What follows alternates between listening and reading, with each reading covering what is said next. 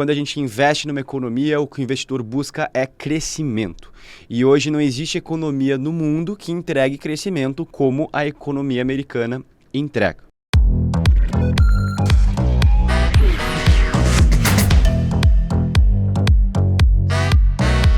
Olá, prezados, sejam bem-vindos a mais um Avelcast. Meu nome é Gustavo Maders e eu sou responsável pela área de alocação internacional da Avel Investimentos. Hoje a gente vai falar um pouco sobre o mercado americano, brevemente a retrospectiva de 2024 e aí depois a gente vai falar do que, na minha opinião, é o mais interessante, que são as perspectivas para 2025, mais especificamente do primeiro trimestre.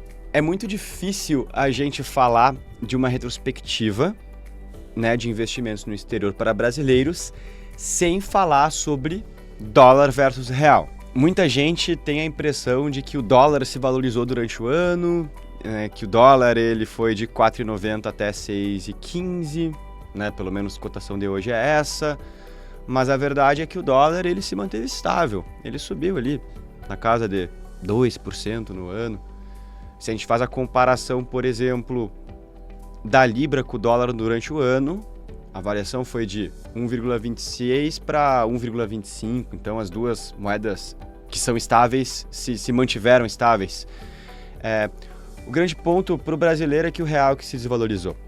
Então, todas as classes de ativo do Brasil perderam para o CDI, com exceção de ativo CDI+, só que se a gente converte isso para dólar, o rendimento não foi bom. E é isso, acho que não tem muito mais o que falar de Brasil.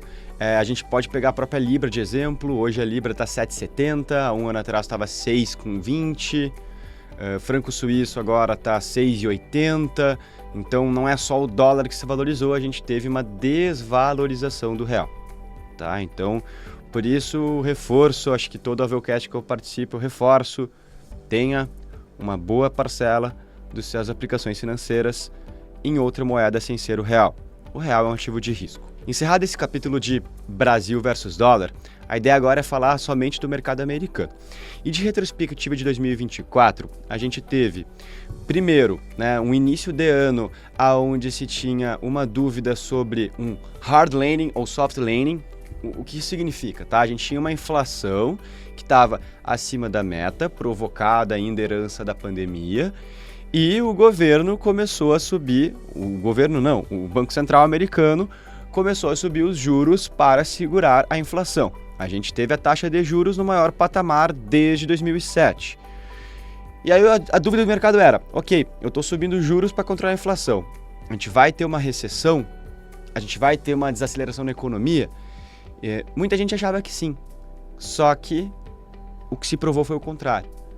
Então, depois de um tempo, quando a economia seguiu mostrando sinais de fortaleza, mesmo em meio a um cenário de juro mais elevado e com a inflação convergindo para a meta, revisar as estimativas do PIB para 1% de crescimento.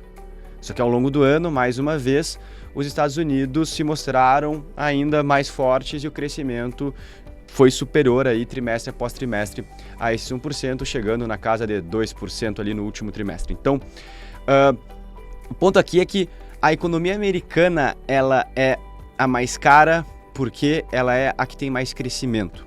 Isso é algo que se chama de excepcionalismo americano. Acho que em outro Avelcast, quando a gente estava falando de cenários, uma das teses era essa do excepcionalismo americano e essa foi a tese que se concretizou.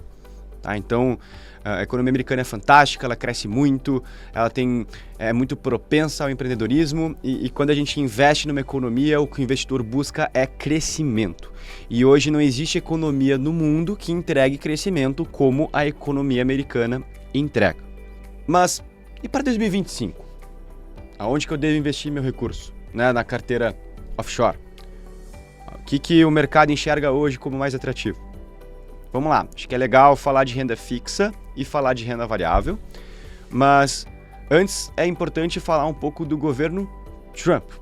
Trump se elegeu. O que se espera do governo Trump?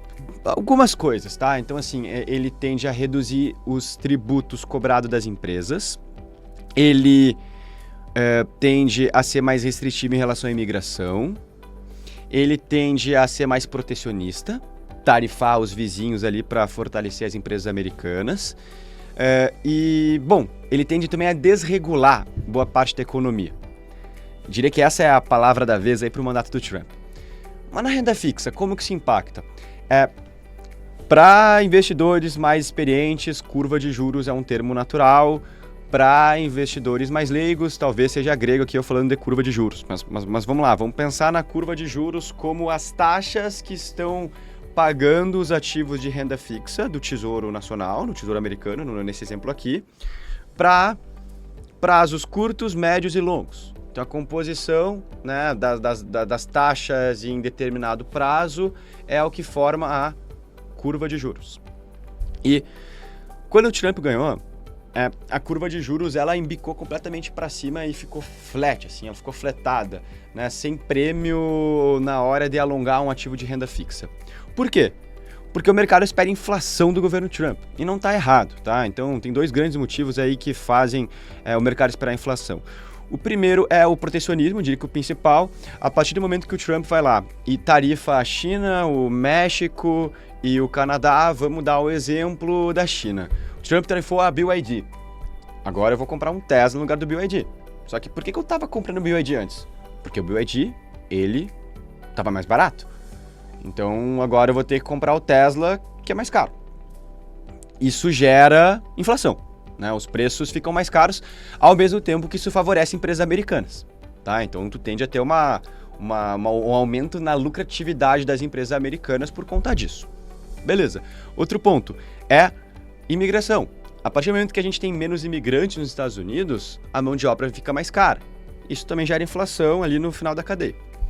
Então, é correto esperar a inflação do governo Trump. Só que não se espera essa inflação no curtíssimo prazo. Acho que esse é o ponto. Tem um relatório muito legal que a gente viu da BlackRock, que mostra a opinião dos membros do Comitê de Política Monetária dos Estados Unidos, que é o FOMC, FOMC, que mostra qual que é a opinião deles em relação a juros. E até mesmo os mais hawkish, que são aqueles que são mais altistas no que tange a juros, projetam uma alta nos juros para o ano que vem, para os anos subsequentes, em relação ao patamar que a gente está hoje. Até os mais conservadores, né? Os mais agressivos projetam uma alta extrema, mas os mais conservadores também projetam uma queda. E o mercado não precifica isso. E é aí que se enxerga oportunidade, na cauda curta da curva. Ativos de renda fixa com prazos intermediários, com no máximo 5, 6 anos de vencimento. Esse horizonte entre 2 anos, 3 anos, 4 anos, 5 anos. Para a renda fixa nos Estados Unidos, essa é a preferência porque é aí que se tem prêmio. Agora, a partir, né, de 7 anos em diante, para prazos mais alongados, aí não se tem tanto prêmio. Se tem o mesmo, via de regra, se eu estou alongando, eu estou aumentando o meu risco, eu deveria ter mais prêmio, mas não é o que está acontecendo. Então, hoje a gente não recomenda alongar as posições de renda fixa nos Estados Unidos. Beleza? Então, a orientação é essa. Aí, beleza, Gustavo. Como que eu escolho os melhores ativos de renda fixa nesses prazos ali entre 2 a 6 anos? Existem ativos que são mais seguros e, consequentemente, pagam um retorno menor, que são os ativos high grade, que tem grau de investimento. E existem os ativos que são tidos como mais arrojados, que pagam uma taxa maior, que são os ativos com grau especulativo, os ativos high yield, que se chama. A preferência é por ativos high grade, porque essa jogada, né, que a gente entende que é vantajosa, que se faça com política monetária, ela é possível de ser feita com um ativo high grade, porque ele vai ser muito correlato com o Tesouro Americano. Por exemplo, uma renda fixa da Apple, uma renda fixa do Google, uma renda fixa da Microsoft. Essas empresas não têm risco de crédito eminente nem perto disso, então elas não vão fugir muito do Tesouro, vai ser o Tesouro com um prêmiozinho.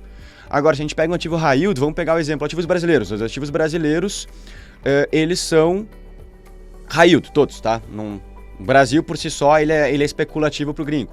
Então, se eu pego uma dívida da Movida, né, locadora de carros, emitida em dólares, hoje tu encontra uma taxa muito boa, dólar mais 10%, dólar mais 9% na Movida.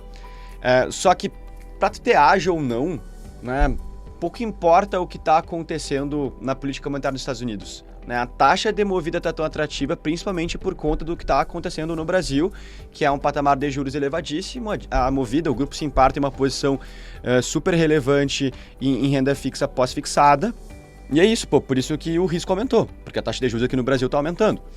Então, o ponto, não estou dizendo que não faz sentido ter no portfólio um ativo high yield, tá? Movida, por exemplo, tem um risco-retorno interessante até, para ter uma pequena fração da carteira nesse ativo, tá?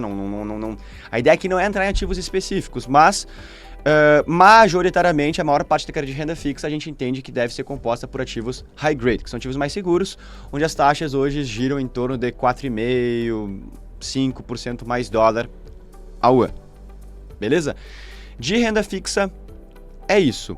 Agora, sobre renda variável, bom, o que faz uma bolsa, uma ação de uma empresa se valorizar, o índice de uma bolsa de valores crescer? É o aumento na lucratividade das empresas.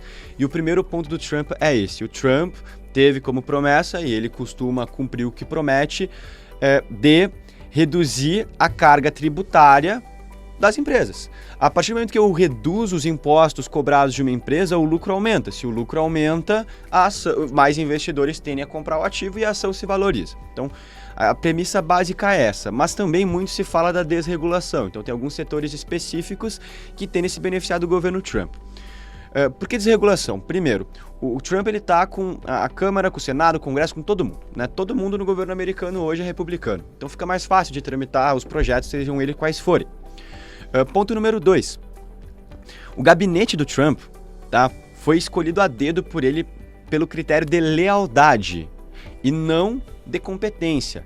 Trazendo um exemplo super legal, até uma curiosidade, a gente, além do Elon Musk, tem mais 12 bilionários no gabinete do Trump. São 13 bilionários. Esses 13 bilionários juntos, eles têm um patrimônio maior do que o PIB de 153 países no mundo. Então, assim, o Trump também é bilionário e bilionários andam com bilionários. Né? É o círculo dele. Então, a ideia dele é não tomar uma facada nas costas na hora de aprovar alguma coisa. Então, por isso que ele escolheu o gabinete por lealdade para facilitar aí a tramitação desse, seja lá o que for. Quais são os setores que terem se beneficiar desse ambiente mais desregulado? O primeiro é finanças, tá? Sistema financeiro, tanto para finanças tradicionais, bancos como JP Morgan, Goldman Sachs, Morgan Stanley, Citi e por aí vai.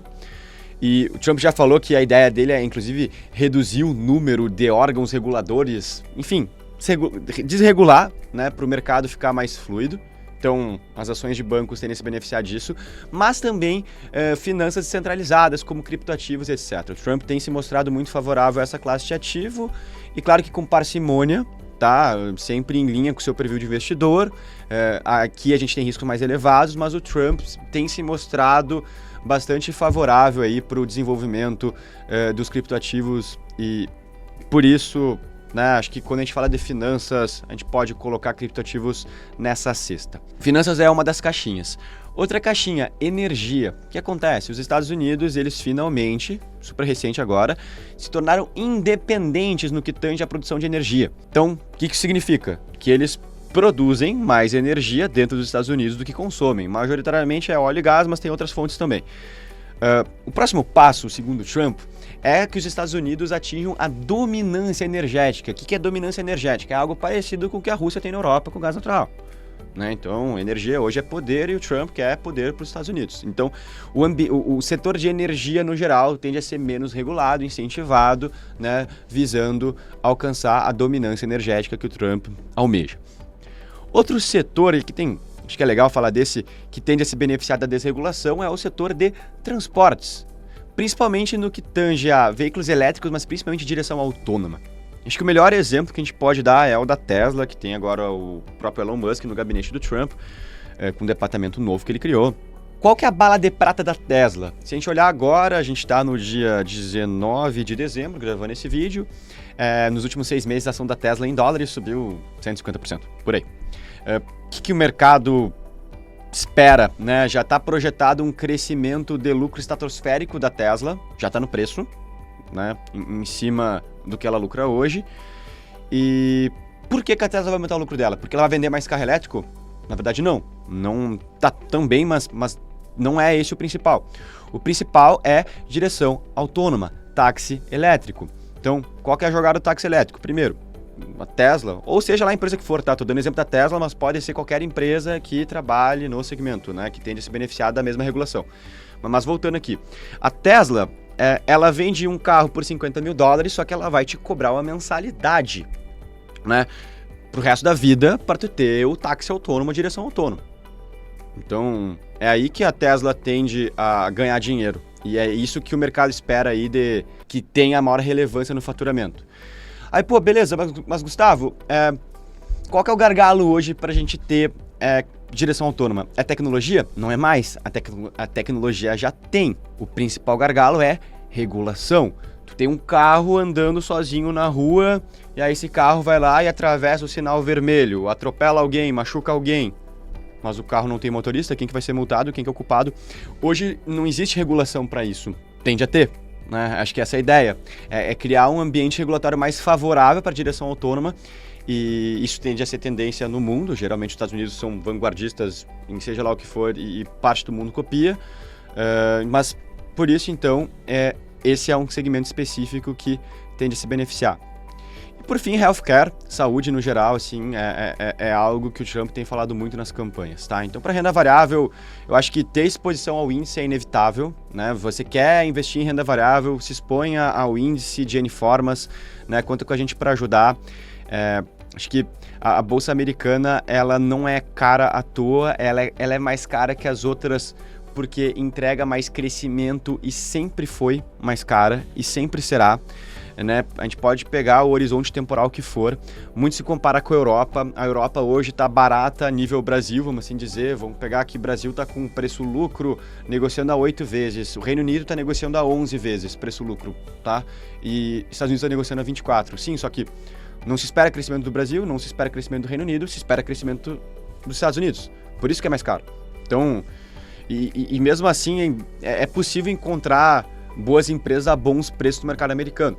Mas a aposta em crescimento também é válida, por isso é importante ter exposição ao índice. Assim, o S&P 500 já se provou ao longo da história aí como o melhor índice disparado de renda variável para se ter no portfólio. Para renda variável é isso, existe um grande otimismo, né, por parte do mercado aí com o governo Trump. Claro que existe o risco, existe a questão do déficit fiscal, isso sempre, né, é um ponto de alerta. Ao mesmo tempo que quando se fala de déficit, beleza, os Estados Unidos têm uma dívida de 30 trilhões, só que ao mesmo tempo o PIB deles é perto disso, né? Se a gente olha a dívida dividido pelo PIB, é compatível. Acho que um bom exemplo é o Japão. É um caso um pouco diferente, mas o Japão tem uma dívida que é 300% maior do que o PIB. Acho que os Estados Unidos eles têm o privilégio de ter a impressora de imprimir dólar, que é laço para tudo no mundo. Então, não estou dizendo para pegar todo o seu dinheiro e colocar nos Estados Unidos. Não é isso. Mas não deixe de ter exposição ao mercado americano em pelo menos uma parcela do seu portfólio. Acho que esse é o recado. As perspectivas são boas, são otimistas aí para 2025. Para esse primeiro trimestre, a nossa visão é essa. E conta com a gente. A gente deseja para todos um feliz ano novo, boas festas e até o ano que vem.